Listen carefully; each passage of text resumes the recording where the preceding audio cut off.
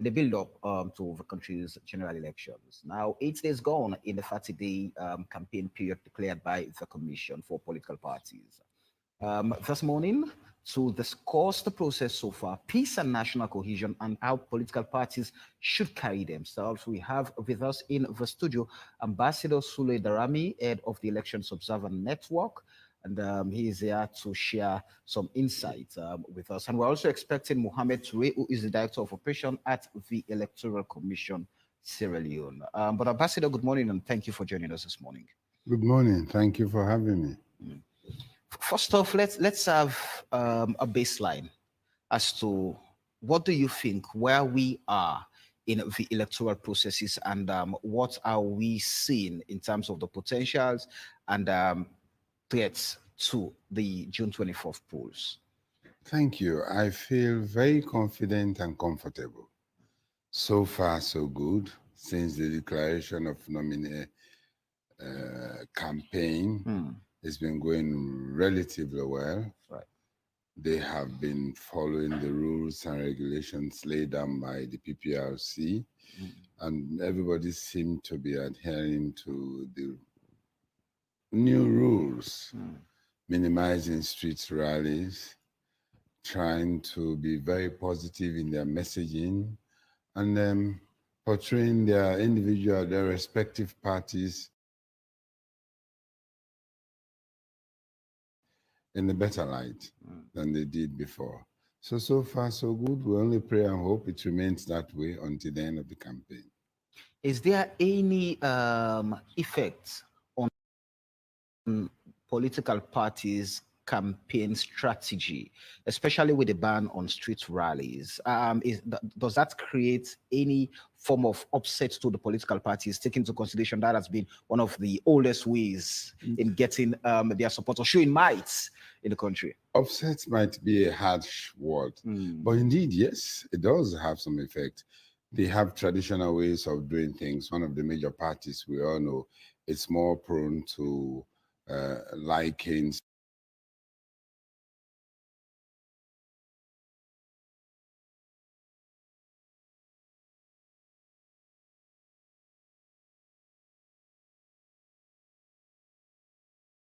street rallies, dancing in the streets, and so on, while maybe the smaller party, yes, of course, it will just require changing your strategy and your procedures. And where lies the impact of that effect? Is it in the area of votes accumulated, or is it in the area of strength shown to opponents that, okay, this is the population we carry behind us as supporters?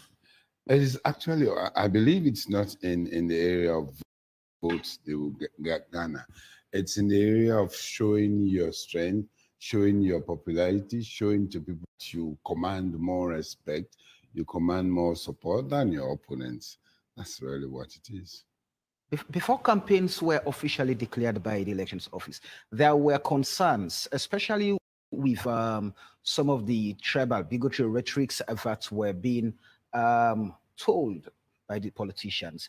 But now, when campaigns are ongoing, we've not heard of any that perhaps might threaten the peace and cohesion of the state.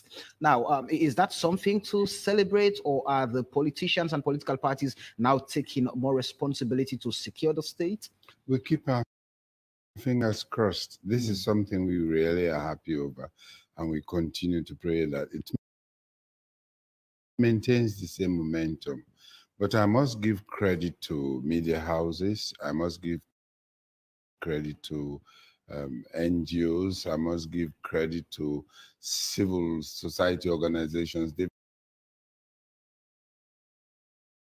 had tremendous effort into trying to sensitize people and trying to be convincing rather than forcing people. So I think everybody has been doing well. We only hope they maintain that momentum. Let's go to what many Sierra Leoneans were calling for to have come out earlier: the manifestos of political parties, which definitely would catapult which would encapsulate those visions, those policies or proposals that Sierra Leoneans would have to make decision on, okay, Party A has better proposal over Party B, so I'm going in for Party B. We've seen that the SLPP launched its manifesto the first day of campaign period, and the APC would be doing that today. I'll be there today at Laguna. Now, how has that impacted the political landscape? I am one of the few people who believe that elections manifestos here in our society are only relevant when people come into power. So we use those manifestos to hold them to accountability. But really, what is the population access to manifestos? It's written in Queen's language.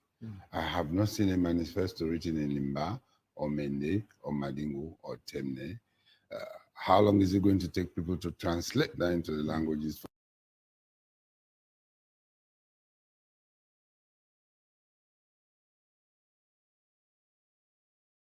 for people to be able to understand what the political parties want? What I would have thought would be this, to articulate what their political parties are going to do. Yes, there are fine manifestos, but manifestos are meant for people like us who sit to do research, who sit to assess political parties as to their activities. But if it is for the general populace, I would rather prefer talking to them direct in the languages in which to understand, talking to them in their localities and explaining your political party ideologies and what you think to do. The manifestos, I couldn't care less if they come today, they come tomorrow, they come a year after. They could be there, yes, so we could use them to assess the political parties. But if it is actually meant for people, for the general populace, or for the rest of mankind, as I normally say, you would have to talk to them. Ambassador, how much of an impact will that make? I ask this based on the voting history of Sierra Leone.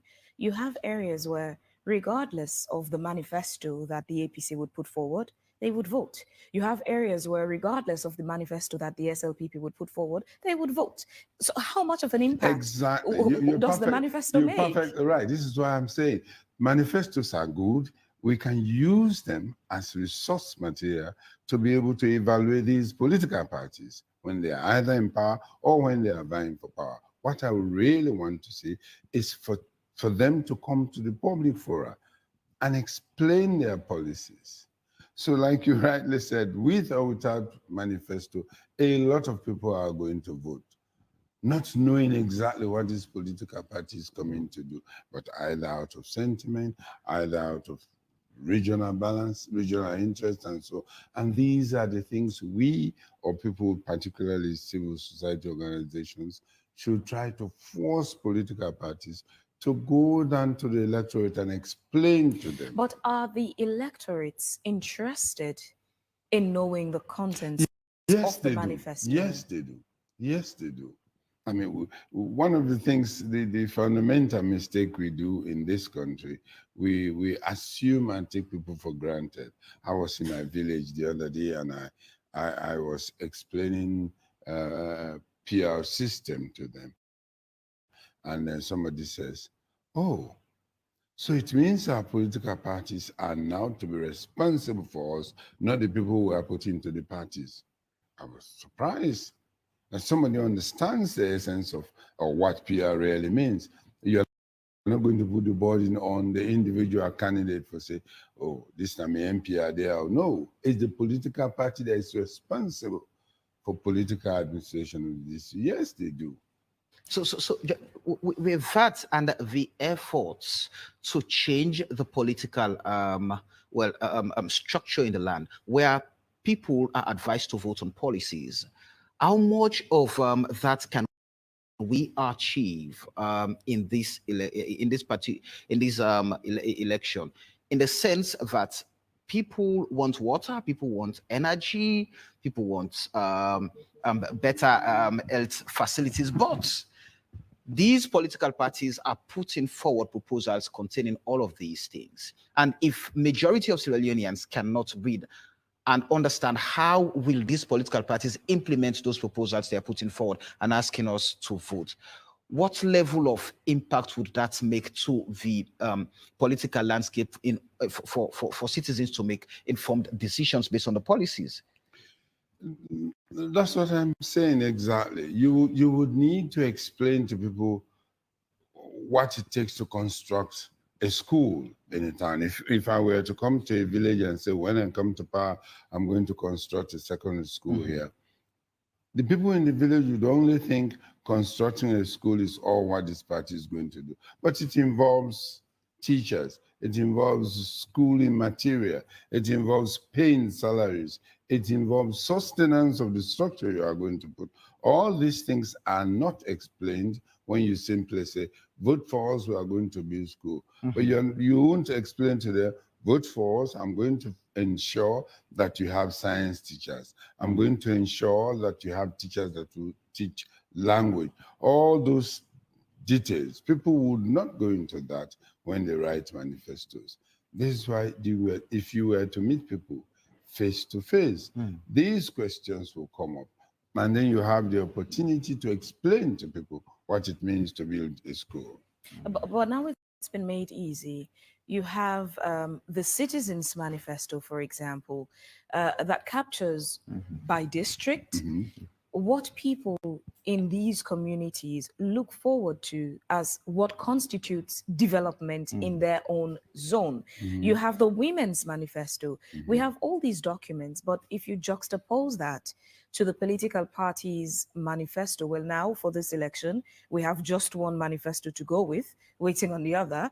If you juxtapose that to the political parties' manifesto, you begin to wonder, the whole essence of those people who did the Citizens Manifesto, Women's Manifesto, and so on, is to make the work of the political parties a lot easier to get something to go by. But it doesn't seem to be going according to the flow. My question there will be, is that the case? No, it is not the case. How many times have you seen these political parties writing manifestos, gone to our villages to ask the people, what do you want? We are writing a manifesto. We intend to build a school in your village. Is it a school you really want? Or is it a highway you want? Or drinking water or electricity? It is a little bit removed from reality. Like the Citizens Manifesto, which I am aware of, they spent about a month or several weeks going around the country. I sent a representative from my foundation to go and be part of that.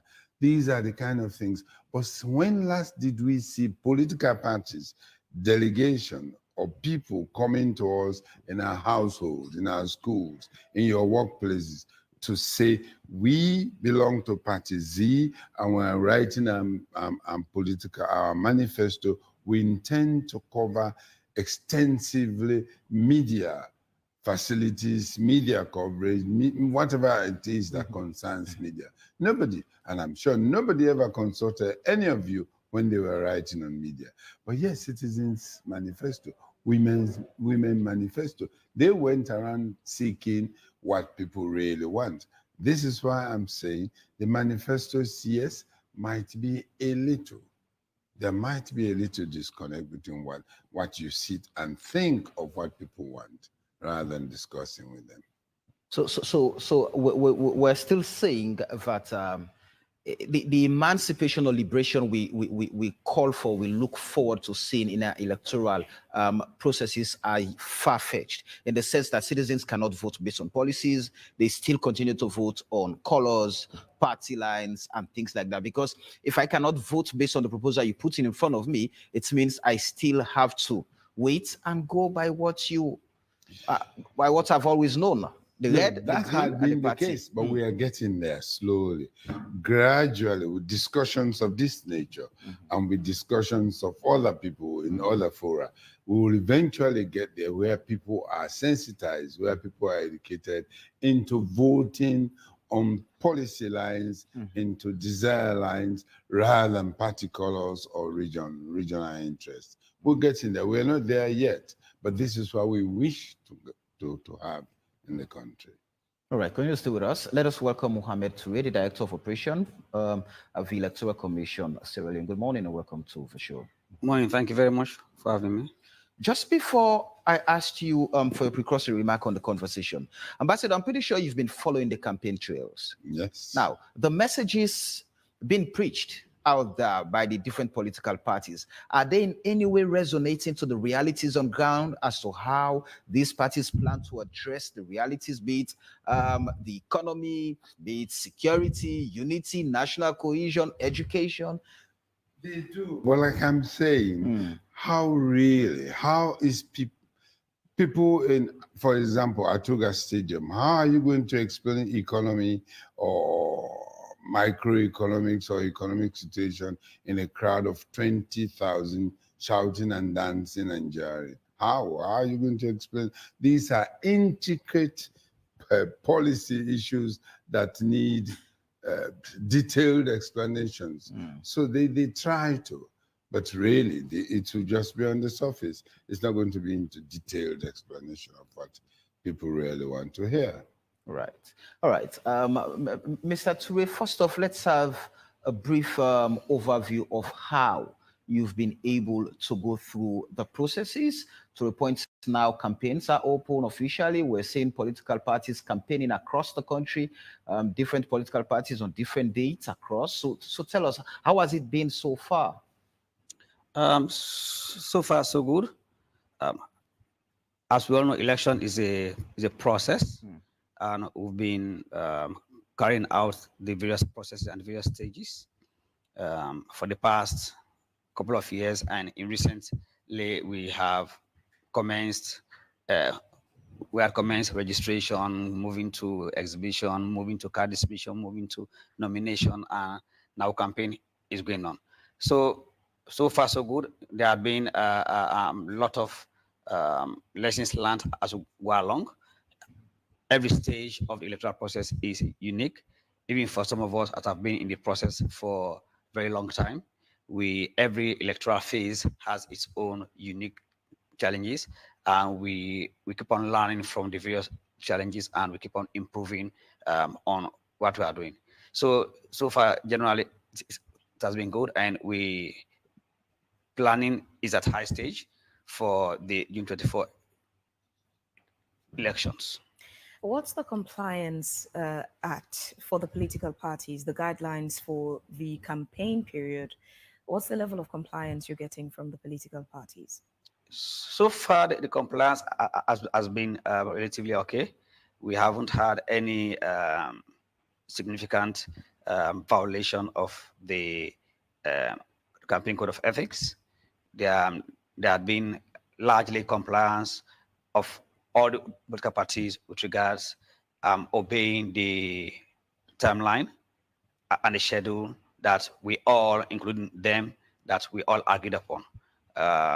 Of course, from social media, we hear one or two minor issues, but nothing significant to resume about. As you say social media, it means you follow as well campaign activities on social media, correct? Of course, yes. What's the biggest challenge in monitoring campaign activities in this election? Well, wouldn't identify an issue as being the biggest challenge. By the way, once we draw up campaign timelines and political parties commence their campaign exercises, it becomes the responsibility of the PPRC to monitor the performance and the adherence of the political parties. Of course, we have the campaign code of conduct. Even that one is linked to PPRC because, as you know, the PPRC is charged with the responsibility of monitoring political parties' activities and regulating those activities. So we set up a timeline. That's why, in the first place, the scheduled timeline for the campaign was not done in their absence. They even serve as host for the scheduling period. So they are involved, and from them, we haven't had any significant issue or complaint raised.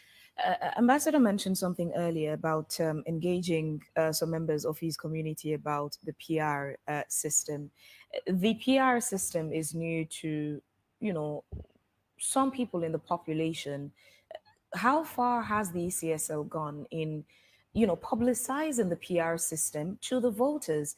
It's less than a month. They would be facing the ballot boxes. For some of these people, the PR system is new. How far has the ECSL gone in getting these people, the voters, to understand how it's going to happen? Yeah, we as a commission, we have, since the introduction of the PR system, we have made significant efforts to engage stakeholders and sensitize them on the PR system. We have held several town hall meetings and circular meetings with different sector of the society. In fact, just last week, we had the second leg of our nationwide sensitization tour, particularly on the PR system. We have also contracted some CSOs to also support the CSL in the sensitization drive for educating the public on the PR system. Again, we also go on air and do same. Whilst I'm here, I want to take this opportunity to also just briefly talk on the PR and let the public understand that in the first place, the PR system is going to be used for 2 elections only, parliamentary and council elections, wherein you as a voter, you are going to vote not for a candidate, but for a political party. And that political party has submitted a list of candidates to the CSL during nomination, so that in the event a political party gets the required percentage, which will be converted into seats, then the list of candidates submitted by the political parties will be used to determine who goes to parliament or council. But again, probably for the general public, one thing I will emphasize is that when you go to vote on June 24th, the only difference that you will identify from the previous voting system is that for parliamentary and council elections, on the ballot papers, you will not find faces of your candidates as you used to. You will find political party names and symbols. Now, but all other processes of voting remain the same. Now, nothing changes. That again brings us to the part of how inclusive is the voting process for independent candidates, those who are running not under a political party. Of course, the process virtually remains the same for independent or political parties. The bottom line is all contesting should be able to get a threshold which will qualify you to have a seat. And we're not looking at the threshold at this point. We're looking at the ballot paper, how people would be voting on elections day. And how have you catered to the needs of the independent candidates? The independent candidate, again, is the same as with political parties. You will not find faces of political party candidates on the ballot paper. Similarly, you will not find faces of independent candidates on the ballot paper. Rather, you will find symbols. Each independent candidate has chosen a symbol. And for the PR system, remember, we're talking about the PR system. For the parliamentary and councillor ballot papers, you will not find a face on the ballot paper. You will find names of political parties or names of independent candidates and symbols of political parties or symbols of independent candidates. This is unlike the other elections, mayoral, chairperson, where for independent candidates, of course, you can find pictures on independent candidates. Similarly, for political party candidates, you can also find pictures of political party candidates and their symbols. Can I just say something? Yes. Tibian, you said what were the challenges we have to monitor the campaign, particularly with regards to social media. And since the elections are primarily the responsibilities of political parties as organizations, I think it remains their responsibility to continue to give or to disseminate appropriate information and messages to the populace about how the elections are going, and encourage their voters or their supporters to desist from following social media as God-sent messages. And I think it could be done if it's coming from the political party leadership itself, and of course from ECSL. On the second one, ECSL has been doing a very good job in terms of sensitizing the populace on PR system. For my outfit, for example, the network, we will just finish our training from ECSL on the PR system, because people in my outfit are also going out, even though we are observing, but we're also engaged in popularizing what we've learned from ECSL on the PR system. So I think it's been going well. Just quickly, Mr. Tsui. So Fabian earlier on asked about the compliance of political parties with the campaign schedule that you've developed. Now, you also put out a statement that, for example, if today is Party A's campaign day in Freetown, no other political party should engage, for example, media, except that party. So in a situation where political parties, even prior to the official commencement of campaign periods, those political parties have already sought airtime, they've acquired those air slots, and their messages are running. Now, in a situation like that, what would the ECSL do to ensure compliance? Sorry. Again, when we drew the timeline, all political parties were involved, and they knew exactly at what time they should engage the media, and as well as in each and every district. So if a political party had chosen a particular day for a media engagement, they can just reschedule to fit in with the timeline. And like I've said, so far, we haven't had issues surrounding adherence to the campaign timeline. And we really hope that it will continue in this light. And so that at the end of the day, because the peaceful nature of an election is exemplified during the campaign period. It's during the campaign period that you will tell that, okay, this election is going to be peaceful or not. And we want to give kudos to the political parties so far for really complying with the various regulations. So, Ambassador, from your standpoint, based on the observations you've been making across Sierra Leone, and how much of an understanding have citizens gotten about the PR system to avoid low voter turnout or void votes in the June polls? Low voter turnout will be lack of effort on the part of political parties, if that were to happen. In terms of their understanding of the PR system, I am of the view that, in fact, irrespective of what has been going on, we still have enough time to be able to sensitize people. If we do it, for example, a week to election period, it will be fresh in the minds of the people. This is why I advise some civil society organization to wait until June 15, June 17, up to June 20. If you had done voter sensitization at that period, it will be fresh in the minds of people, particularly so when it's not a classroom teaching. This is going to be practical, and people will have to remember. If it's fresh, they will be able to follow up.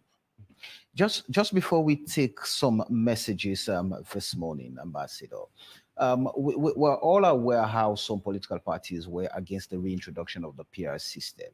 And so how would that fit in with now their own responsibility to sensitize their supporters,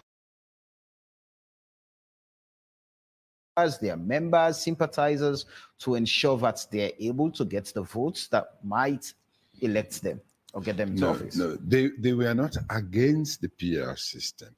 They questioned the modalities involved, the question timeline, and so on. They cannot be against because it is in our constitution. What they probably might have questioned were so many other things that will lead to the peaceful implementation of the process. The political parties have been a member of most of the meetings with ECSL, the meetings ACSL with political parties, and they have been in agreement largely with whatever decision ECSL has come out with. In those meetings, there were heated debates, a lot of discussions. It ran over a period time, stipulated time. It went over an hour and a half and two. But in the end, they were able to agree, after all these agreements in the beginning, to agree on how the procedure will go. So I think the political parties are quite comfortable now. And given the time lag they have, I think they will be able to succeed in convincing their electorate. All right, so let us run through a few messages on Facebook. Ronald Bresford Ignatius George Tony saying, morning to members of this honorable house. Okay, indeed, sir, none of the manifestos are in our local languages, but don't you think it should have been out at least a month ago for the electorate to digest it and then be in the right mind frame to vote? Momo Vandi says, no, sir, they were highly against the PR system, and for that reason, the APC took the matter to the Supreme Court. Hassan JJ Yambo is saying the honest truth is that the ideology of party colors voting would only come to an end after 2050. That is, if the free quality education system continues. Alusain Kamara says Sierra Leonean elites continue to make this sad mistake, translating English into our local dialects in print. Sorry, where is the Limba Creole Temne alphabet? An illiterate man who speaks Creole well will never read a passage in Creole. Mr. Ambassador, I bet you will never read a passage written in Creole fluently. Why? You do not know the alphabet nor the vowels. Of course, you will not read it in Limba. Printing constitutions in our local language is a serious blunder, waste of resources. I hope the international funding agencies will not walk through this path. One can read the documents in English and then interpret into local languages. But to see an illiterate man reading a passage written in their local language, wow. Onanogotaya for waste of resources. Mr. Ambassador, think again. Kathabu Kuruma is saying, yesterday I witnessed one of the SLPP campaigns with the vice president in Moyamba district. It was very peaceful. I hope and pray that the peace would continue on to elections day. Ronald Miguel is saying, AYV and other members of the fourth estate should have been able to come through the different manifestos and scrutinize every policy for the betterment of the electorate, especially our illiterate class who are in the majority, but this doesn't seem likely, as our politicians will only shout out, shout loud, but not truly explain their manifestos in the appropriate manner. I think the media is doing the best it can at the moment. Yesterday we looked at the SLPP manifesto. Cherno Abdullahi Kagbo says nothing they did about the PR system. John Kano is saying social media is the only platform for the opposition to use to disseminate their information to their members because the main media has been bought by the government. Interesting. Katabu Koloma says, yesterday I witnessed one of the SLPP campaigns with the vice president in Moyamba district. It was really peaceful. I hope and pray that the peace would continue on to the elections day. Right, my final message this morning is from Mohammed F.S. Kamara. Samuel, what has the PPRC done in addressing political intimidation? We saw local paramount chiefs threatened subordinates. If they vote against SLPP, they would go after them. Oh, well, those would be all the messages for now. Your response, gentlemen? Very interesting. I'm happy that the majority of them are positive, particularly with regards to the peaceful nature of the campaigns. Right. But coming to our local languages again, some of these individuals, it's a shame that people here sit and determine the character and content of our people and intelligence and understanding based on the level of English they speak, which for me is ridiculous. If you were to explain your manifesto in any of the local languages in the relative districts as you go along. I think people will understand it far better than you would do if I were to sit here and speak the Queen's language in explaining the manifesto. Granted, English is our official language, but these people, majority of the people, will comprehend far better if it's been told to them in their own languages. It's not a question of printing it, it's a question of course, translating Yeah, it. because I think the contention here is about the format, not necessarily the language. I tell you two things that I think is wrong with manifestos in this country. You make booklets. The manifestos, I've seen the SAPP manifesto. I'm looking forward to receiving the APC manifesto today.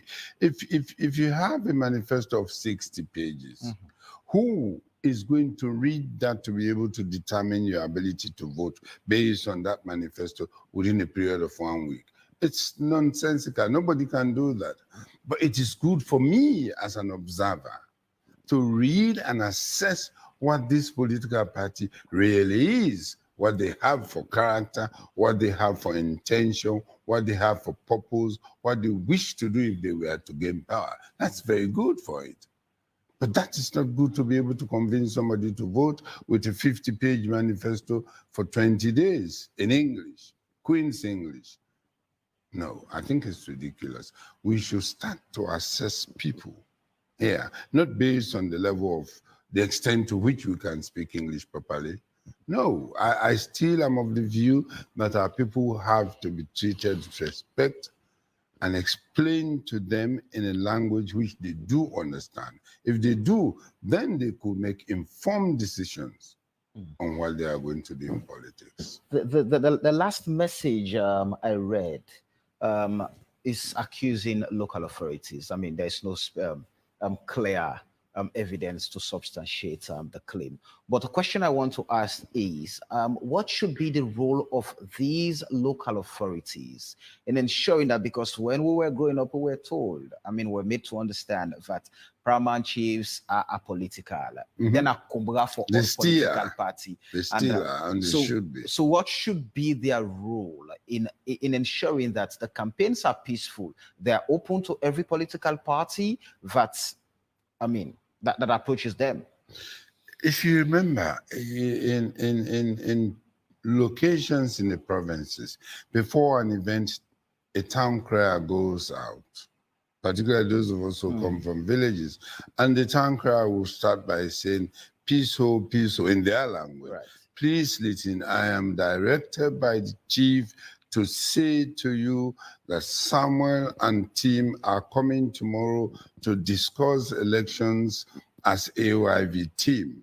The chief is asking, and blah, blah, blah, blah. They will explain all what they are going to do. They will go around the whole village or the whole town and sensitize the people and inform them. That's the role of the paramount chiefs, to maintain peace. They will also have to inform their people. And I think it's still being done, albeit it's politicized sometimes here and there, but yet, on the whole, it's going on well. All right. Mohammed, just quickly, we know that there are ongoing plans. So whilst people have been nominated for the different positions they want to be elected for, we've also seen withdrawals from some of the candidates being done. So at this stage, where are we with preparations? Have we, given the contract for the printing of ballot papers? And are we still in the process where today, if I want to withdraw my candidate, say I will just write to the ECSL for so-and-so reasons, I'm no longer vying, and I wish to kindly request that my name or face be taken off that. Where are we? Yeah, withdrawal of candidature is guaranteed by law. So candidates who have gone through nomination have the right to withdraw their candidature. Up until when? Of course, it has a time frame, and it's limited as and when contracts have been issued. It in fact prescribes 15 days after nomination, or as and when contract for the printing of ballots have been signed, because the spirit behind that law is that if contracts have been signed for the printing of ballot papers, for instance, even if you withdraw, you will still be on the On the ballot ballot paper. paper. So it becomes impracticable to remove your name or your information from the ballot paper. So, of course, we'll be receiving withdrawals. Largely, the withdrawals have been for the PR system, meaning parliamentary candidates as well as councillor candidates. And those withdrawals will not affect the overall planning process because, as you know, for PR system, political parties submit a list of candidates that doubles the number of seats available. So even where you have 10 seats for parliamentary, for instance, and 20 names have been submitted, and one or two candidates withdraw from that list, it still will not affect the overall list because the list will still have the number of candidates that can fill the vacancies, assuming the political party wins all the seats. So the good thing is we have not received withdrawals from like mayoral candidates, chairperson candidates. They'll be largely related to parliamentary and councillor, which really haven't got much effect on the overall planning process because it's a list of candidates and the list still has more names than the seats available. Clarify, when is the deadline for withdrawal of candidature? I would say the deadline has not elapsed. So, but like I said, even when you withdraw, be it the fact that it's a PR system from the parliamentary and councillor, it still makes a little difference because when you withdraw, let's assume you had withdrawn during the time frame and the close of nomination. Okay, you still have the list of candidates much more than the required number of seats available. And the regulation for the PR, in fact, states that in the event of death of a candidate after nomination, that will not affect the process. The list moves on. Okay, so similarly, in the case of withdrawal, that provision, I'm sure, does apply. So even as at now, in the event there's withdrawal, it still makes a little different because no candidate's name will be on the ballot paper. It will be a political party's symbol, and there is still a list of candidates for that political party, and therefore the political party's symbol will still be on the ballot paper. All right, Mohammed and Ambassador Daya may continue to stay with us. It's 9 o'clock. We're going back for the top stories from our news. Stay with us. We'll be back. All right, thank you very much, Samuel and Phoebe. Well, in our top stories this morning, stakeholders of the Salone People's Party in both these states have domesticated President Bio's re-election manifesto, which focuses on agriculture and continuation of progress made during his first 5 years dispensation.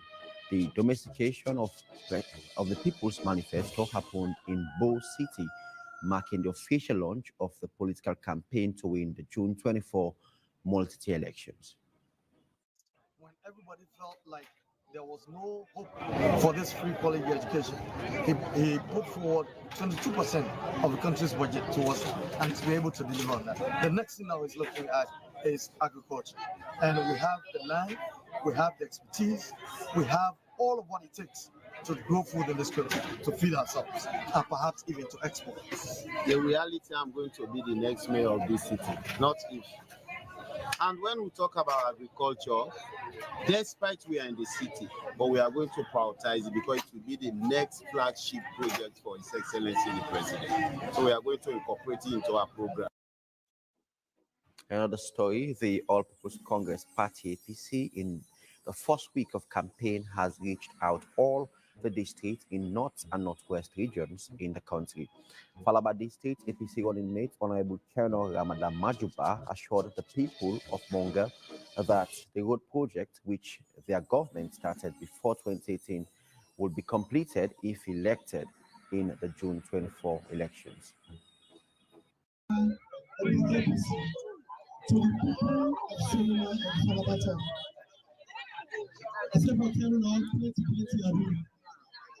This election Paul Pano campaign for me. Giving our television store next now, but a lot of so. You know, this is the first time in the history of this country. Collecting money, get value pass Salone. How much the Salone bag wrestler?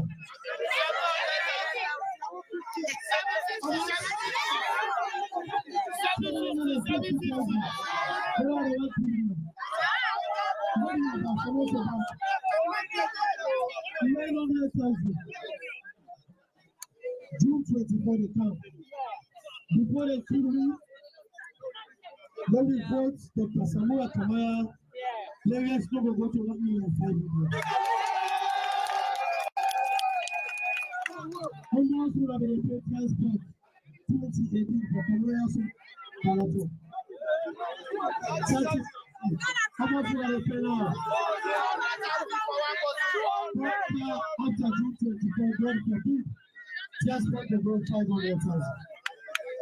So now what are we going to do? And our president now. Dr. Samuel Kamara, give me a short message for them. The first one, that the word. Lord, my APC beginner. And we are seeing the speed at which we go. Local Patam, the same Palamano important. My APC won Palamano State. The way election plan out, the same Palamano important. APC. Development National in partnership with Catholic Relief Services in Washington, D.C. have provided 2 containers full of assorted medical surgical equipment for 15 hospitals and peripheral health clinics across the country. We know that, in hard to reach areas, most of our old people do not have access to, walkers or canes, as the case may be.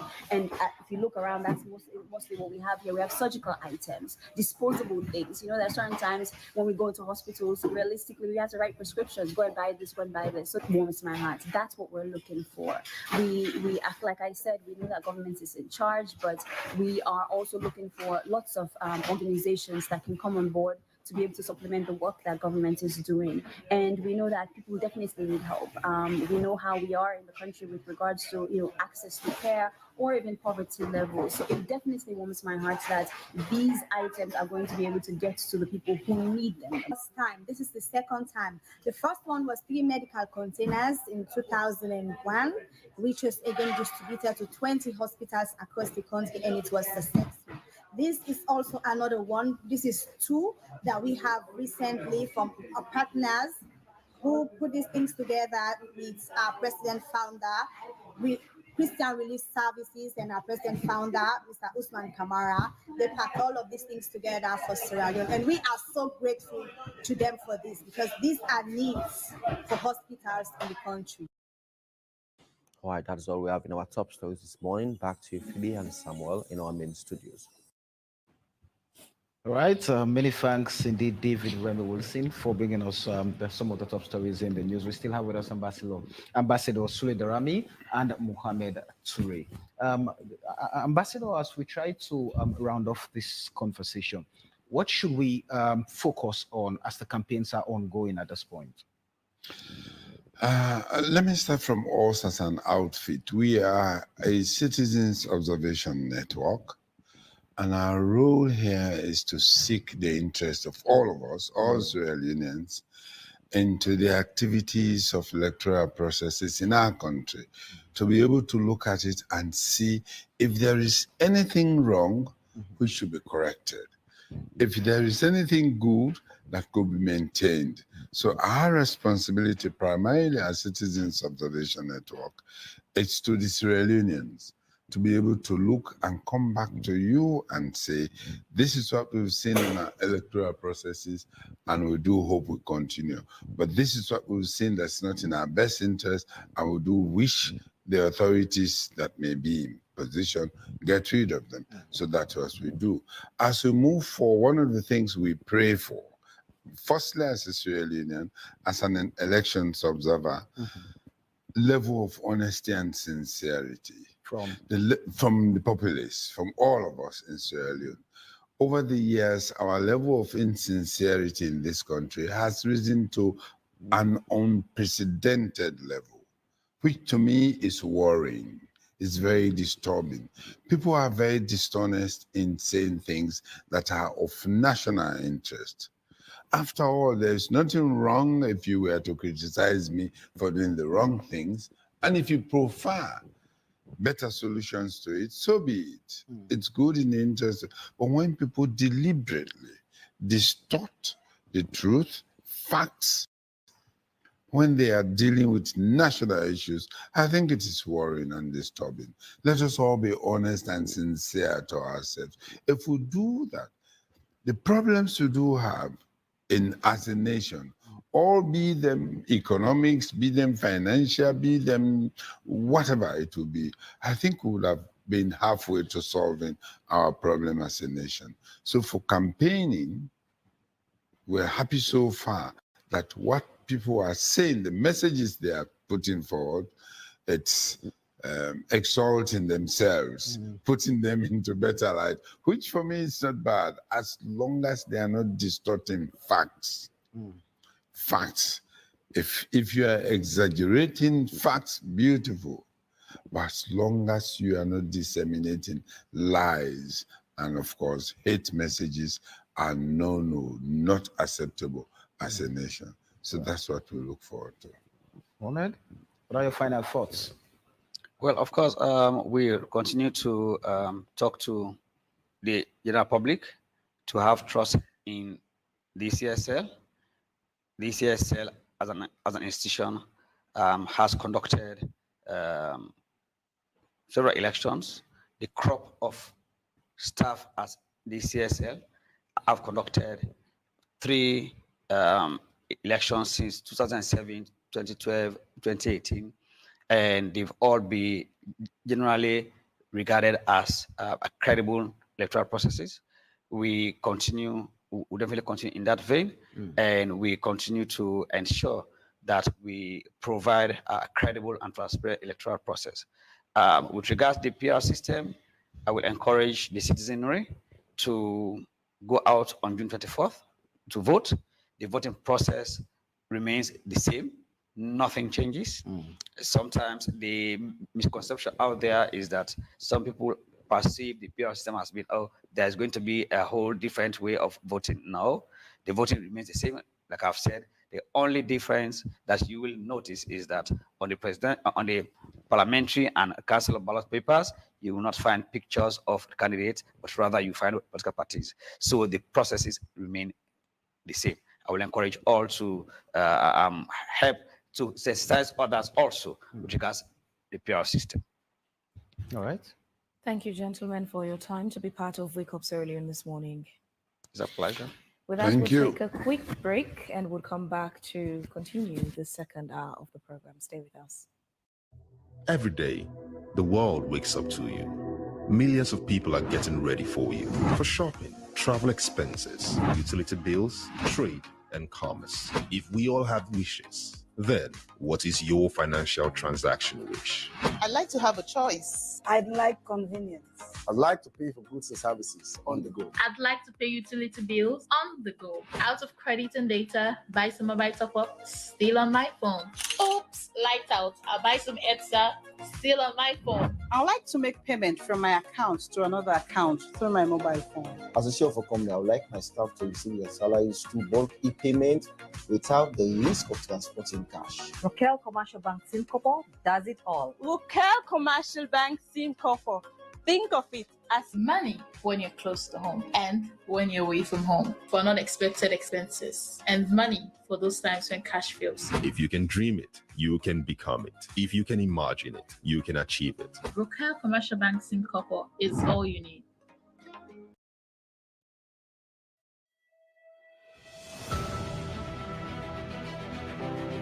We are now days away from Sierra Leone's dates with destiny, the June 24th general election. In this defining moment in the history of Sierra Leone, here at AYV, we recognize the mantle thrust upon us to be the voice of the nation fully. We take our task to ensure fair coverage seriously. We intend to honor our pledge to you to be your home of all things credible, factual, and all times balanced news. Totally, this is our commitment to you. We have witnessed non-stop hours of groundbreaking broadcast in an effort that saw AYV rolled out 8 studios across Sierra Leone at Tar Hill, Aberdeen, Makeni, Kenema, Bow, and London, with almost 3 kilometers of coaxial cable laid connecting 4 ground teams that consume almost 100 liters of coffee from Chef Taina. The most important number is 2. Out of dozens of aspirants, only 2 men have emerged from the conventions in February as flag bearers of the APC and SLPP. Retired Brigadier Julius Madabio and Dr. Samuel Matthew in camera. So far, we have witnessed a lot of intrigues. Maybe this is the beginning. Defections and realignments have been plenty. We don't know if there's more to come. The only thing you can guarantee right now is that your home of credible, factual, and balanced news and analysis, AYV Media Empire, will bring you every twist and turn of this amazing race in full color and in high definition. We shall have a comprehensive look at the developments around the election as we count down to Sierra Leone State with destiny. Women clamored and got a law that provides 30% minimum quota in governance. Will that be achieved this June? Well, one thing is clear. The nation has begun its conversation that will culminate a date with its destiny on the 24th of June. How much will change by then? And what shifts within the political landscape are we going to see? Find out more on the nation's biggest and most trusted news source, AYV, on Channel 33, on DSTV Channel 399, on Radio 101.7 FM, on Facebook, Twitter, Instagram, YouTube, and of course on TikTok. Yes, indeed. Only AYP. Because AYP, Nine Salone Sabi.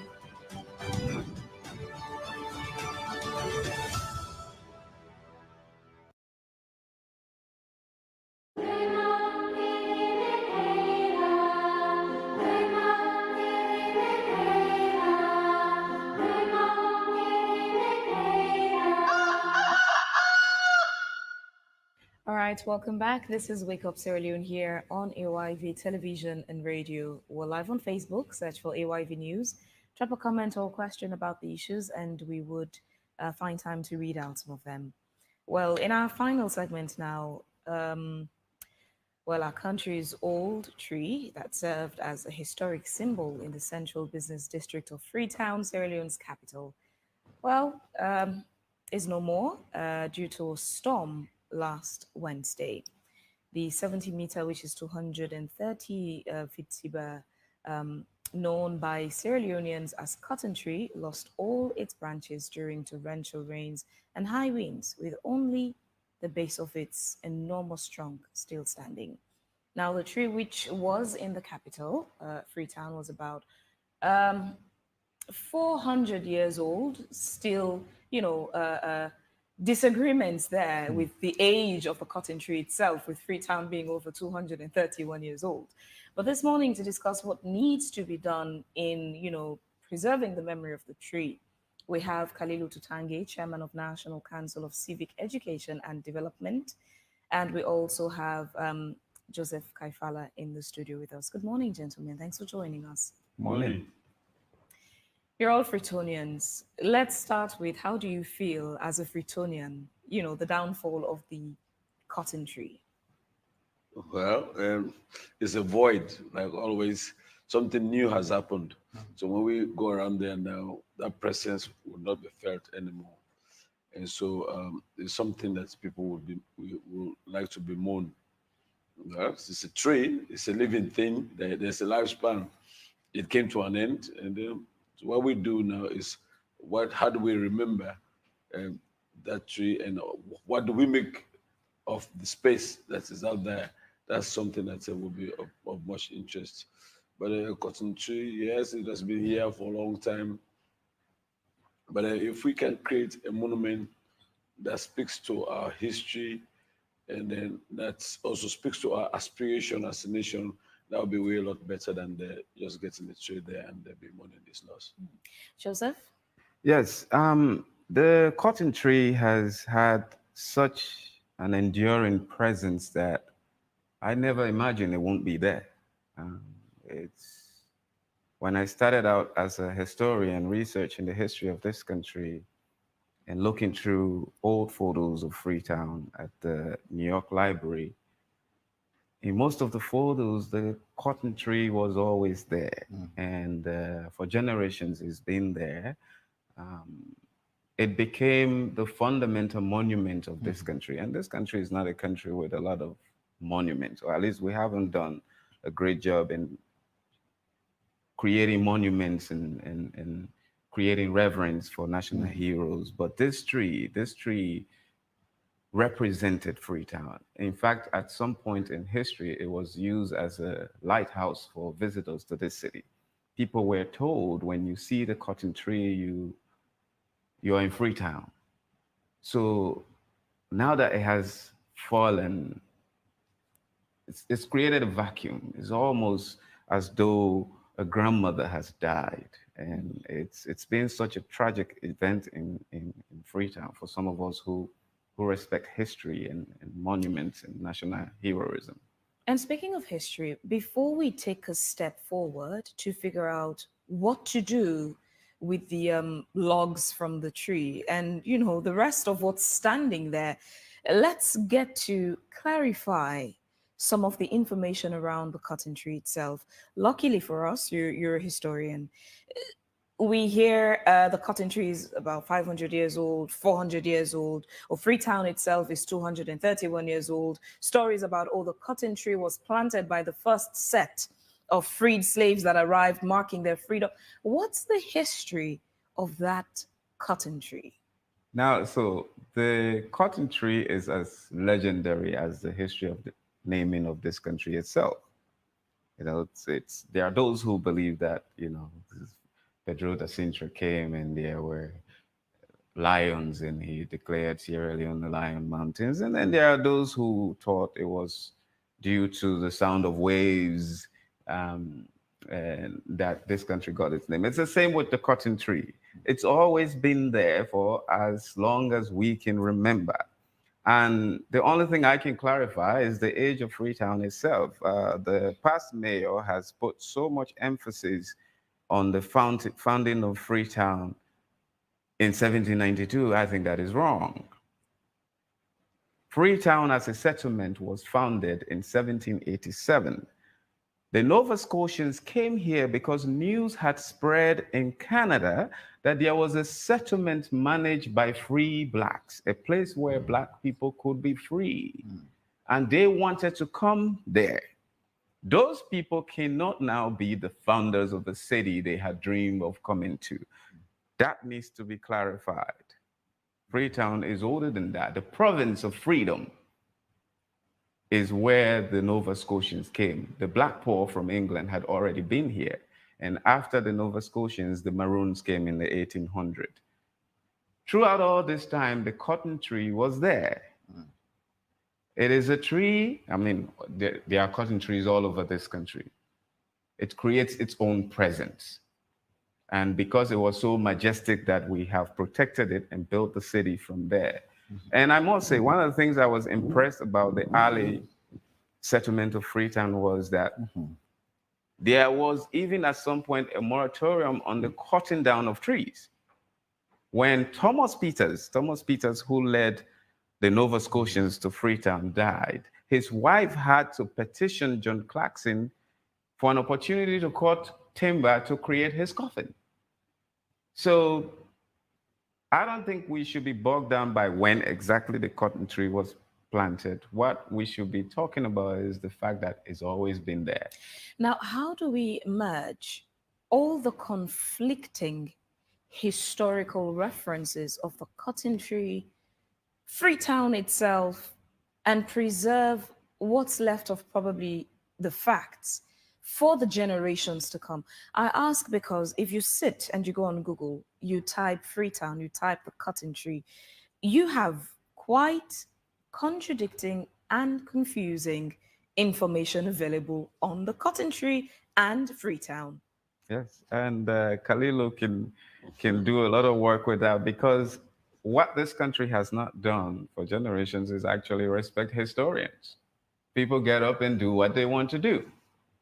And they build things and realize later that the historical fact is in fact wrong. And some of us who are historians can only watch. If you don't call me to an event, I don't invite myself. So I think in terms of what to do, we need to first of all recognize the fact that there are historians in this country, and then we need to value the work of experts. We need to bring people together to discuss ideas on what to do based on the values that we have given the cotton tree over the years. Because the cotton tree generally was just a tree. It is humans who have created value around it. And for us, that tree represented liberty, freedom, and hope. Because the people who came here, they were Black people. They had been enslaved. They did not know Freetown before they came here. This place was a scary place. If you read history of the number of people who were dying here from dysentery, wild animals, the cotton tree will offer hope, and its presence create a certain legendary history of Freetown as a place of freedom. And again, you know, for the rest of us who are here, we don't usually value the amount of liberty we have in this city, particularly until you go somewhere else. Freetown is free, generally. So I think those are the values that we need to take into consideration in terms of what else to do. But for now, immediately, again, I see people felling down the stem. Most of them don't even know about cotton tree. The cotton tree is the easiest tree to rot. And this is the rainy season. All I can say is they better pay attention to where they are storing those stumps, because they will get rotten easily. There are a lot of suggestions also on social media. I followed on Facebook. You have some people who are posting suggestions of what we should do with the logs of the cotton tree and what we should do at the space right now. You know, just monuments, something to remember that, okay, we once upon a time had a cotton tree. As a historian, what are your thoughts? Well, I have a lot of ideas of what to do at the site of the cotton tree, but I don't think I should be the sole individual who provided information, because that was a national tree. And whatever we are to do in that spot must come from the people of this country. We must create a group of people from all sectors of our society, sit in the room, discuss what we should do, so that whatever we do represents the diversity of this city and this country. But this brings us to how much time do we have, especially when you've mentioned that the cotton tree, this is the rainy season, looking out to where it's been preserved, might not have the longevity we imagine it can have. Well, that's for the stem. Those ones can be dealt with separately. What I'm speaking of is what should go in where the cotton tree is. Yeah, but the suggestions have been not only at the space right now and what's left of it, but also I've seen people saying we should carve something out of the logs, just some things that we could put probably at the museum and say, oh, these are bits of the fallen cotton tree that we once had in Freetown. That is a good idea. It's also a good idea, but we need experts involved. Just carving a table out of a cotton tree will not work. There are chemicals needed to preserve wood. We need to look into that. We need to bring in experts who can deal with these issues. It's not lay people sitting on social media telling us what to do with wood. You don't just carve wood and put it somewhere. This is not an ordinary wood. Cotton tree is very soft. If we don't find a way of preserving it, no matter what we make into it, it will fall apart easily. So what we can do is think of what we want to do, and that too could be a table of panel. We don't even need to make tables and chairs out of it. We can preserve the stem as it is. The other problem is, and this is a problem I've been talking about for a long time in this country, is where are the museums? Everybody say, let's go and put it in the museum. Have you been to the museum? It doesn't have space for human being, let alone a huge stump from a tree. So perhaps we should also, in addition to this conversation, start talking about reimagining our museum spaces. Right. Let's bring in Kalilu into the conversation again. You know, you run an institution that searches for the soul and identification of the nation, Sierra Leone. And for many who have talked about the cotton tree, the cotton tree was this iconic symbol of a small West African state called Sierra Leone. Now, in your quest to preserve that identity of this country and Freetown in particular, what are the thoughts around what should be done? Like Joseph was saying, when a single man can think around all of the gamut of things that are involved. The cotton tree is just a cotton tree. Right. It's the history around it that has endeared it to the people of this country. And then the fact that it was a landmark, like you said, for travelers and all. And by the way, I'm not a historian, but this thing about slaves planting that tree, if we are talking about those number of years, free slaves planting that tree, then it convolutes the whole conversation. What is it that we can tangibly, correctly, advised by experts, get out of it? How do we remember the cotton tree, for instance? Is it just because it was a landmark? Oh, mom, we talk now cotton tree. Is that all the idea behind it? What is historical value actually to this country? Then we have that. Then we can now begin to think about, so what can we do that will be some kind of memorabilia for the cotton tree, but at the same time representative of our collective history as a nation. The cotton tree may be in Freetown, but if you look at our money over time, the cotton tree is stamped on it. So that means we have made it a national something that will all adhere to. But again, there's space there. I see a lot of monumental places around that law court that has not been used properly. You know, there is a place going up, what is it called, State Avenue.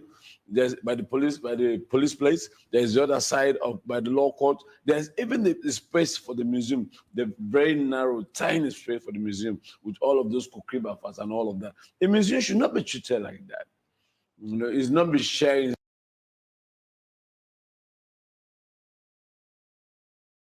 space with those places and all of that. So what can we do? Can we think about a monument that is going to speak to our history, whether it's from our colonial history or pre-colonial history, whether it's from our war years? There are people who have this creativity amongst us as Chileans. Historians can advise. We have architects can advise. You know, you and I, governance people, journalists, we all can advise. Let's just bring us together. Let's just begin to search around.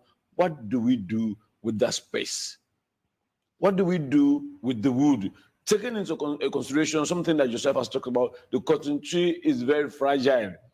Should we first take into consideration where the cotton tree was favorably situated? I mean, as we cultivate thoughts around what should be done, in the sense that the tree towered the highest court of the land.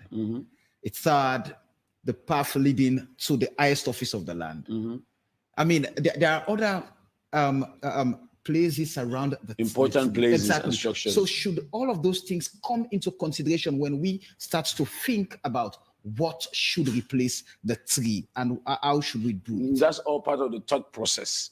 You know, what did the cotton tree mean towering over the law courts? Right. And then somewhere up there, the historians would say there was a freedom steps that the slaves climbed up, and the cotton tree was already there. How do we represent that part of history into the new monument that we're going to build? The fact that it's there, State House is there, that is a Parliament is up there, it's just sitting there, that makes it a very strategic location. Right.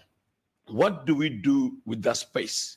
That may speak to the issues around governance, that may speak to the issues around justice, for instance, that will have the element of our history in it. What do we do with that? We've been places, the Statue of Liberty, for instance, is just standing there, but it's telling a gamut of history.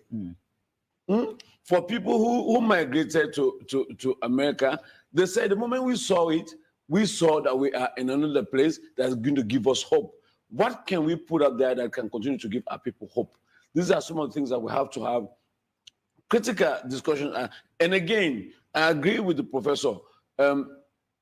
Facebook commentary alone is not going to be enough for And this. so with all the scattered thoughts everywhere from, professionals, experts, ordinary citizens, how do we gather all of these and start carving a path for the way forward? Who should champion this? An institution like mine should be a part of it. Historians, for instance, this guy has been gathering history from our all years. What is the element of that should inform what we're doing? We have the Monuments and Relic Commission, for instance. We have the Ministry of Tourism. We have the academics, say the architectural establishment in this country. What is it? Engineers, they call themselves. This is a national thing. There should be a level of inclusivity. There are people who... there should be someone who takes the lead to I'm gather telling you everyone about together. those institutions. My institution is one. There's the Monuments and Relics Commission, whose job that actually is. Yeah. So if we can rally around an institution like that, I know it's not a big institution, there are funding constraints. If we can rally around, the private sector too can get involved in this. So if we can get all of the people, get everybody around the table and begin to think about it, and give those people who have the technique and know-how to advise us of what to do, then I think we're better off going like that, other than just waiting for the politicians to come and give us the marching order, or waiting for social media to inform us about what to do. There have been outlandish things that are going around social media, but it's social media still. But this is a more important issue to this state. That space is a more important space. We should not allow it to go unattended, because that was, for some reason, a natural skyline for this city. We should try as much as possible to create a monument that reflects our collective aspirations and history, and that will tower over that area so that we can leave the skyline as open as it is right now. Joseph, let me ask this question, but I'm going to predicate the question on your thread of tweets. You tweeted. Anything that replaces it must be a symbol of the hope it's offered to those who found shelter in Freetown.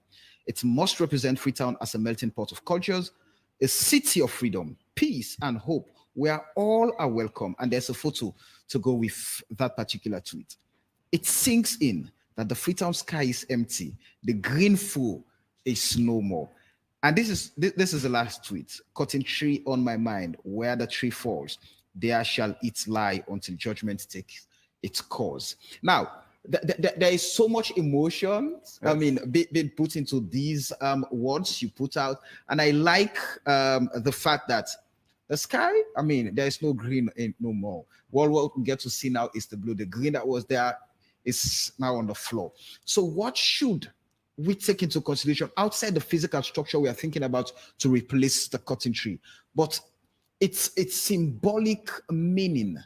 The things it gave to those who were first here, who discovered it, and to those of us who've seen it over time, who've attached ourselves to it. What should the thoughts be to that emotional connection and attachment to the value we gave that tree?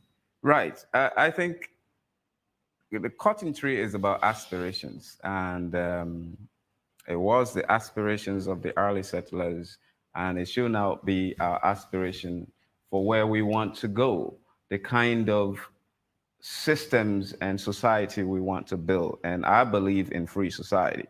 And that is why it was important, as you said earlier, that the cotton tree, I don't know whether it was a strategic thinking behind it, that the highest court in the land, the office of the president itself, is very close to that tree. I wondered whether the judges ever thought, if I were a judge in that building, I would have never made a ruling without looking at that tree, because justice itself found its root there. People were voting, women were voting in this city long before many places in the world, including the United States. And that is what people don't think about a lot. These are the values that I want us to remember when we think of what to put in that spot. And also about the fro, I take the government work ferry a lot. And every time it came in over the years, I'll look at the skyline, which I love to do, and the cotton tree will always be in the back. But this time around, when I came on Sunday, there was nothing there. And that really reminded me of what we have lost. So these are the things we should consider. More than physical objects, we must consider values, those values that I mentioned: freedom, liberty, hope, justice, because these are the things we want to achieve in a democratic society. But in terms of what you were saying earlier, the things we don't value, trust me, I know this because I go around this country protecting mass graves and people think I'm a madman. But these same people will now wonder where Baibure's grave is. If nobody had marked that spot, we wouldn't know, which is why I am single-handedly protecting mass graves from the Civil War, which everybody thinks is madness. That tells you how we view our monuments and our cultural representation. Everybody is mentioning Monuments and Relics Commission, and I keep laughing every time somebody mentions Monuments and Relics Commission. There is no Monuments and Relics Commission. Nobody is there. It's empty. It's been empty for a long time. That tells you how much we value our cultural representation. Our museum is the lamest place in this country. What do you mean empty? Because it's still part of the established institutions. There is no Monuments and Relics Commission. It's the people who run it. There's no one there. It's a building. Charlie Hafner, who used to be there, has resigned a long time ago. So who's going to lead? That is the job of the Monuments and Relics Commission. The cotton tree was a monument. So if we have nobody running such a commission, it tells you how much people value our space. But if you need my idea, we have a building in the old special court falling apart. It's a huge building. We can renovate that and turn it into a great museum space. Now, these are also things where in other parts of the world, it's also a source of income for the country through the sector of tourism. For example, you can't go to China, you go to Beijing and not go to the Great Wall. It feels like you've not been there. Not just even in China, even in Africa. There are some countries you go to, you have places where it's a must go to show that, oh, I've been to this country. We don't seem to be doing much of that in Sierra Leone. And we have some of these historical sites and monuments that can help contribute towards, the growth of tourism. But we're not tapping into them. And forget, the monetary aspect of it. That's secondary. Sierra Leone, I mean, we live in it, so we don't value it much. It's one of the greatest countries in the world. Imagine, at the end of the slave trade, which was a fundamental global human rights violation, now there are liberated Africans all over the world with nowhere to go. This is where they came. This is where they came. They came and they were received. Chief Nambana received those people and loved them. For his love of Western education, he sent most of his children abroad to get educated. In fact, the fellow, his son, who was supposed to be technically king of Sierra Leone, died on his way back to Freetown. We are not telling our cultural story, who we are, where we have been. We have removed national heroes. The younger generation don't have anybody to celebrate. Ask a young Sierra Leonean, who are your heroes? They will mention Baibure, and if you're lucky, Sengbepie, and that will be the end of it. So apart from the fact that these institutions might generate funding, it could be a source of inspiration. We don't have inspirations. That's why we are so troublesome.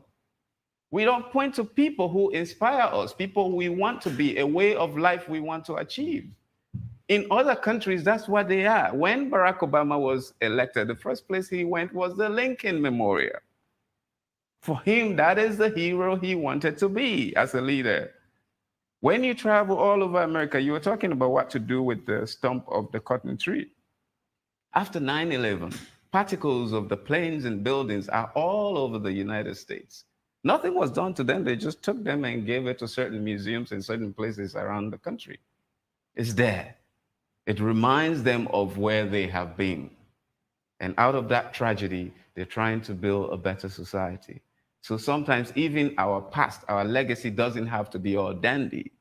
It can be tragic. And that is what I keep telling people, that the reason I am creating a Civil War history, the reason I am memorializing those we lost in that conflict is to always remind this society of where we have been, of the things we're capable of doing to each other if we do not take proactive measures to achieve peace, to work for certain values. That's what we could do out of the cotton tree. But first, we must value these institutions.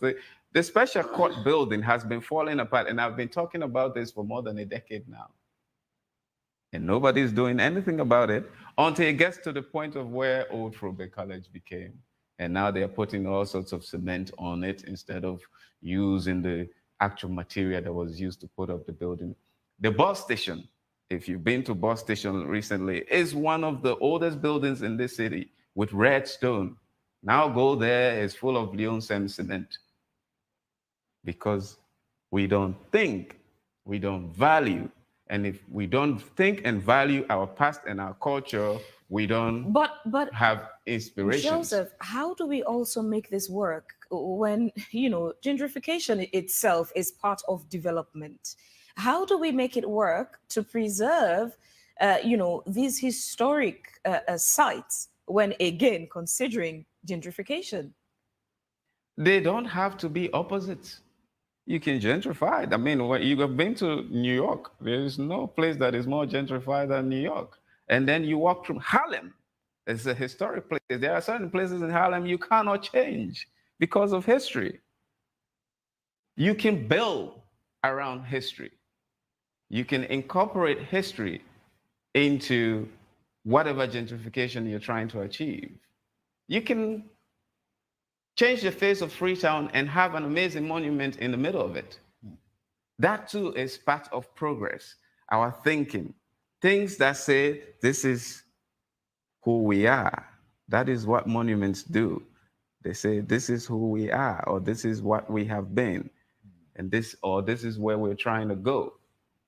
This country undervalues that. I mean, we don't even celebrate Independence Day anymore. You hardly see Sierra Leonean flag anymore. These are all rejection of our cultural existence.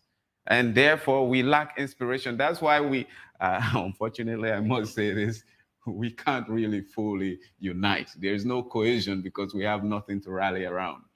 Well, yes, you might say so, and you have right, because the things that underpin those processes like that has been that's what we've been lacking for time. When we started this thing about civic education, our focus was on developing the curriculum and teaching and learning material. So I had historians, the blessed memory, Magwelefai, Joedi Ali, and others. And so we were thinking around, well, what would be the context of this civic education? Is it going to be history, holy history? What element are we actually going to bring into these books that would inspire the young people to look at it? And what activities do we put in it that will let them practice, not only read and go and do their exams around it? So we thought it was important that we bring not only pre-colonial or colonial history, but contemporary issues that affect the state and themselves as young people in their communities, and how do we get them to have a hands-on thought around what goes on around them, because we're thinking like is knowledge and understanding. The lack of those ones are actually what is affecting us as a nation. Our approach to everything national, our approach to the things that should be monuments and relics of this kind of way. When we talk about tourism, all everybody talks about is the beach. No, there are more important things here. There are places here that people want to visit. If we develop the literature of those places, we don't even have the literature of those places. Look at the boys who play football. They don't talk about Kamandumwe or Ishmael and They want to be a Proboski, for instance. Why is that? We have not told them who these are. And so they want some obscure name like Proboski to be their role model. If you actually knew who Kamandumwe was, you want him to be a role model. But we're not holding up our own heroes to shine. We're not holding up otherwise. So it's a long walk. How do we start? We started. Where do we start? Where we started is education, because that's the one it's a long process, but that's the one, when it takes roots, it can help a lot. And we have been replacing sensitization for education. The quick fire brigade will just come and shout and shout and shout. We make a few posters and retreat and leave the void, and nothing happens after that. So if we can hone in on the education process that we have started, if we have the continued commitment of government to scale up civic education, for instance, into high school, into colleges, so that teachers, if that's it's a foundation course, civic education becomes a compulsory core subject in all of the universities. Yes, it's a 2-hour course. You do a 2-hour course. What that gives to you, your normal science book will not give it to you. So we need for our education system to be very inclusive of these issues. Let's talk about the war history, our immediate past history, as debilitating as that was. How many of us remember some of those gruesome things that happened to people? Some of those wanton killings.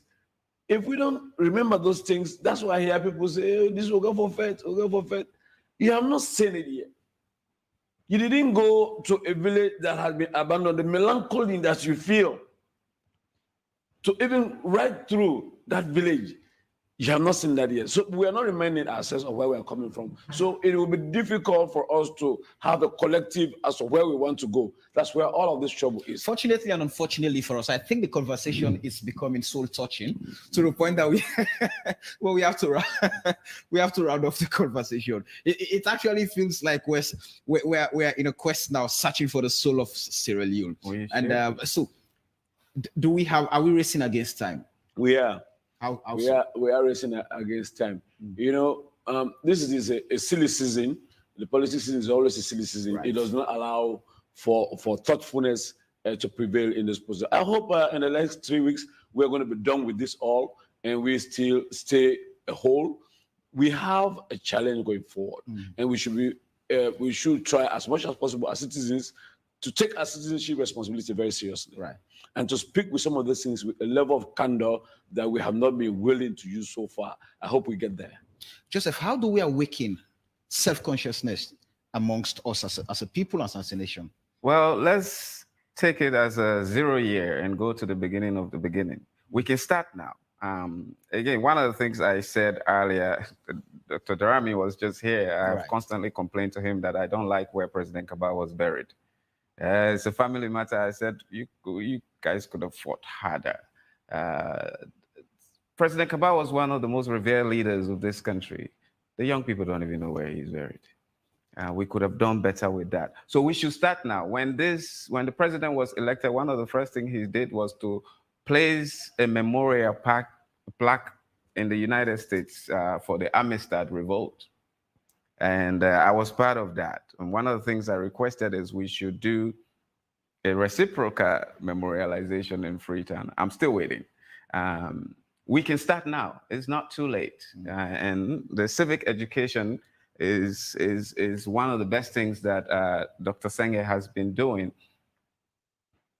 I hope they remember that idea of learning history only if you are in the art stream was the beginning of all of this. So if you go science stream, you have no idea what your history is simply because you didn't study the art. So we can start. There's a beginning. And I hope that's what the falling of the cotton tree has done for us. To say we need national symbols, a cultural representation. Our heritage must be protected. And let's think bold. Because I told somebody asked me the other day that, how could you contribute to the future of what should happen at the country? I said, I won't be part of a conversation where no one is willing to think bold. That stuff that is called the War Monument on the way to State House, I cannot be a part of that kind of monument. If we're going to build something where the cotton tree was, it must be as bold as the cotton tree itself, and we must be willing to put money into it. We must think as Abdoulaye Wade did with the Senegalese Renaissance Monument. We must think as big as the Statue of Liberty. We must be bold. These petty things that we do, ugly carvings here and there, I cannot be a part of that. That is mediocrity. and we must graduate from that. All right. Gentlemen, would have loved to continue this conversation. It's getting really interesting, but unfortunately would have to, round off from there. Thank you very much for your time to be part of the conversation today on Wake Up Sierra Leone. Thank you. With that, we'll just head straight to Studio 2 and join Ransford McLean for the latest sports update. Good morning, Ransford. Very good morning, Phoebe and Swill. Good morning, Samuel, and good morning to our guests and our viewers who've been with us this morning in our first story. Sierra Leone under 20 female team. That's the Sierra Starlets will battle against Senegal today at 7 p.m. in the ongoing West Africa Football Union Zone A under 20 championship in Bow City, South Marina, precisely. If Sierra Leone defeats their opponent, that's Senegal, they will crown as champions for the maiden Wafu tournament. So likewise, the Senegalese side have been with 6 points after they've secured 2 wins out of 2. It's a count tie, and it will be a battle of supremacy. And now to another story. The chairman board of directors of the Sierra Leone Cricket Association, Francis Trevor Samoa, has mentioned to AYV that for the first time in the history of cricket in the country, cricketers have signed a 6-month professional contract. He noted that the first batch of players that have signed will run from the 1st of June to the 31st of December this year, subject to extension based on their performance. It is a professional cricket contract awarded to national cricketers. This is to boost their confidence, improve their welfare, and also improve their economy. In return, they should be able to be consistently involved in all national trials, in all national training sessions, in all national league matches, international tournaments, and also series. And we also expect them in return to be performing well when it comes to international tournaments, performing well when it comes to domestic league matches, and also at least in minimum develop 5 youngsters, also attract 5 new cricket fans. Well, the first batch will have 6 months contracts starting from the 1st of June to the 31st of December, subject to extension or renewal based on their performance. And now to another story. Sierra Leone Single Leg Amputee Sports Association, in partnership with the Electoral Commission for Sierra Leone, has embarked on a sensitization campaign ahead of the June 24 polls. The Single Leg Amputee Sports Association Public Relations Officer Albert Manley Mustafa said they are using football to promote peace in 10 communities in Freetown. Let's take a look. The essence of the rally is to promote peace messages at community level using amputees who have suffered the most gruesome part of the civil war during our civil war in Sierra Leone, to disseminate peace messages at community level, non-violence messages at community level. So for a start, we decided to choose Krube and the entire Freetown community to preach peace to the people and the entire communities of Freetown about the peace before, during, and after the election. Because the sports mean peace, we use sports through using amputee football and amputee members to disseminate the information of peace. That we know one Salone. The one will happen, we are victims. We know what we're facing. I know what I'm facing during war. And I know presently what I'm facing. The molestation, the embarrassment, the provocation, the discrimination. We don't want war again in Salone. Because we don't want more people than for join me for being amputees.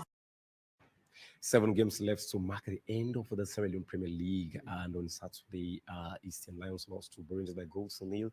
Whilst yesterday, Camboy Eagles punched Tigers by 4 goals to 1, and Wawa FC lost to Mighty Blackpool by a goal to nil.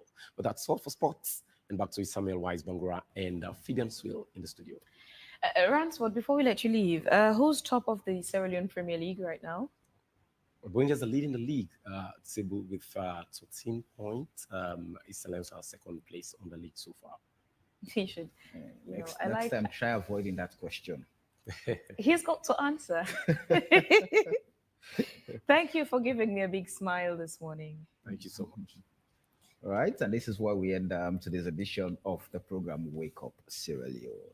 Our quote for today says, a healthy democracy requires a decent society. It requires that we are honorable, generous, tolerant, and respectful. A very apt quote from Charles Pickering, an American attorney, politician, and jurist.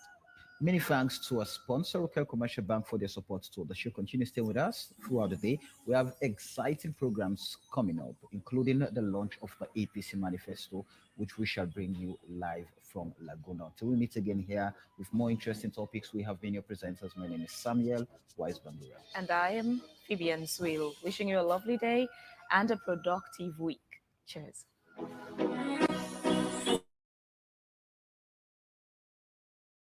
Oh yeah, talking point platform, TTPTV. Oh yeah, Unale we pledge, we love and loyalty to we sweet, sweet mama Salone.